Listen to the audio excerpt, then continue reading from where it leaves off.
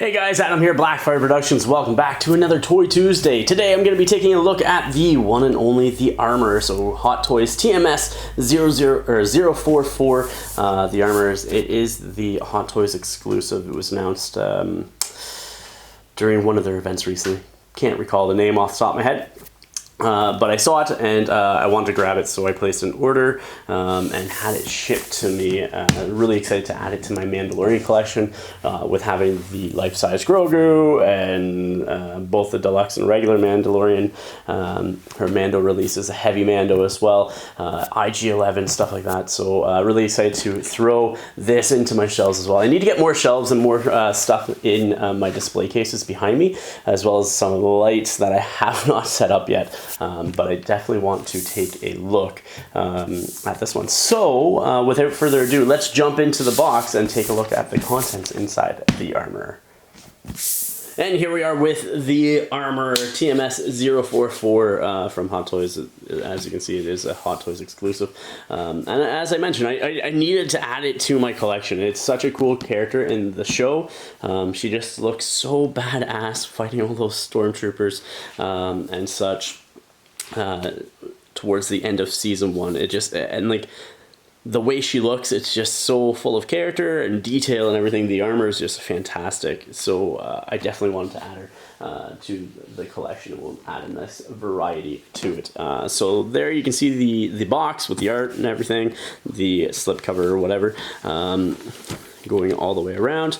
You got your credits and that on the back as well, and then the side photo of the Armor figure herself. Inside, as per normal, you have your insert there with the photo, which is just so cool to see, with the tongs and the hammer and the Beskar slab, the Imperial Beskar slab, and stuff, and then some very cool thematic sort of lighting and stuff, or dramatic lighting and such. And then you can see the inserts here. I'll pull that off, and then we'll pull everything out and go over all the accessories, and then go into the figure and everything herself. I haven't really done much with her as of yet. Sort of looked at her for a little bit, and that was it. So yeah, it will be interesting to see what she's all about when I pull her out of there. So there you go. That is that. I'll pull everything out. We'll look at the accessories that she comes with, and then go from there. And here we are with her out of the box, and the box contents here. So you got the instructions first off. They're very simple instructions. You got equipping the accessories, so it shows you the hands that you can use them in, and that's it. It doesn't go over articulation or anything else, just that one little insert. You do have your display, which is like this nice brassy, almost brownish colored. Really nice. I do like that. It would be interesting to see some light effects in there. I'm not skilled at electrical work, so I'm not going to try it, but you could definitely get some lights in between the cracks and everything, and you could see how that holds up. So that's pretty cool. And then you have your stand, which I'm assuming is just going to pop in from here. Let me see. We can get that in focus here. There we go. You can see that there.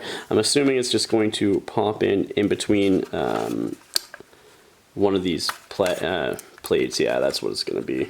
So you can get it in there, and you can get down in there, and that will be where you put the stand on. But yeah, I am not going to do that right now. And then, so yeah. That's the stand. Something else that I thought was really cool is they do, in the bottom of the box, I had no idea this was in there, but there was an insert down there, so just made sure there was nothing else underneath the box, and you have this insert. It's almost like a backdrop. You can see the Mando crest there. It's almost like a crate that's been on that you can lock, and then you can go into it like so. And it's all her tools and everything that she can use, so that's pretty cool. I like that. It's almost like I said, a crate or something that's you can prop up in the background, and it's like you can use that as a display piece, obviously.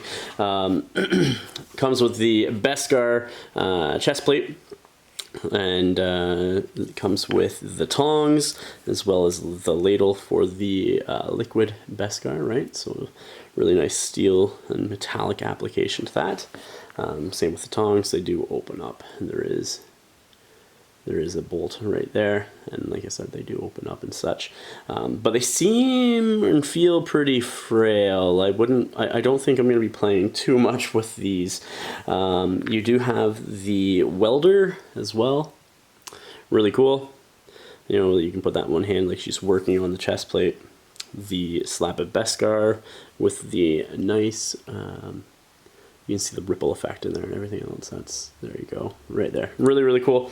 And then the mallet that she uses as well to beat the stormtroopers, as well as working on the armor and stuff that she does for her clan.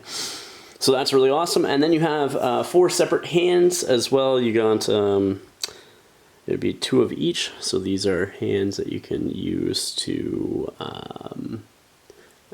hold on to, whether it be the mallet or the ladle or something along those lines. The ladle might be actually in, a separate hand. Maybe this one, I'm not sure. It looks like this one could be like the ladle hand almost. Maybe even the welder as well, so I'm not sure. But yeah, you get two left, 2 rights, and then obviously, well, I should say 3 left, 3 rights, because you have the 3 or the 2 that come on the actual body itself. So yeah, and then I think that's it for accessories. So we'll move the accessories out of the way, and we'll take a look at the armor's actual body and such itself. And here we are with just taking a look at the body itself and the articulation and detail work and stuff like that. So obviously the first thing that pops to mind for myself is just the level of detail that she has in there, from the weathering and on both like the chest plate as well as like the apron and stuff like that she's wearing, and the helmet. It's again very high quality paint application, which I can appreciate, painting miniatures and such. I really do like that. And then obviously the actual like apron being like a pleather type material is fantastic, as well as I'm just gonna change this a little bit here, just zoom out a bit, as well as like, you know, like the fur, I don't know if it's fur, it's fake fur obviously in the back, but you can see like the textures, it's quite nice, and coloring is quite nice with that like brownish on top of the dark undertone, and so it's really cool. But yeah, so you can see like the on the horns on the helmet and everything, you can see like the silver on top of the black application, with it's more like a gunmetal almost on top of the helmet. And then you got your gold, tarnished gold, and you can see like inside the recesses with all the darker colors as it's brighter sort of on the top reflective areas. Nice gloss finish on the visor, looks fantastic. Chest plate, awesome. You can see the pitting and weathering on there. You do have some pleather up here. Pleather? Maybe it's plastic. I think it could actually be plastic. Yeah, it's plastic shoulder pieces up here, with the brown wash inside. And you can see like the cross-thatched sort of leather like, or something to symbolize the leather material that she would have been wearing there. Again, this is all leather down here. You can see the weathering and everything in there, as well as on the wrist. These are actually plastic, obviously, and then even the gauntlets, like super good quality of the paint application. That's, like I said, something that I appreciate. The suit itself, really nice. It's a nice material, stitched well, everything else. So there you go. And then you got your boots. With some weathering and everything in there. You can see this a little bit darker in some areas and faded in others, and then your paint applications on the toes and that as well, so pretty cool. Yeah, so I like it. I like that aspect of the figure. Like, she's just very striking when you look at her, and that's awesome. So I have, in between like these cuts, I have sort of played with her a little bit. So the head wise, that's about as much as I get from looking back, and going down to get there. She does turn, I could probably turn it all the way around, but I'm not going to. But you can turn left and right quite easily. Torso or ab crunch, there is a bit of ab crunch there, but not very much. Like, that's the most that I'm getting. But the apron and the top portion of the apron and the chest plate are really restricting that.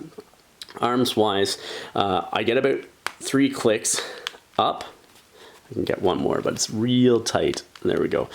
So about that 90 degrees. There's no tricep swivel whatsoever, and there's only one joint in the elbow, like so I can't bend it any further than that. But there is a swivel at the elbow to help with some positioning and stuff. So yeah, that's about as far as you get it, is just at 90 degrees, like so. The wrist obviously comes, well, that popped off quite easily, but your standard wrist peg in there, like so, and you can bend it back and forth and everything else. So, but yeah, so that's that for the arms. Put that back down. You do have a swivel at the torso. It is tight, but it is there. You can do it. I'm not going to do it much more than that in probably any of my positionings and poses that I put her in. But yeah, so it's a little bit tight.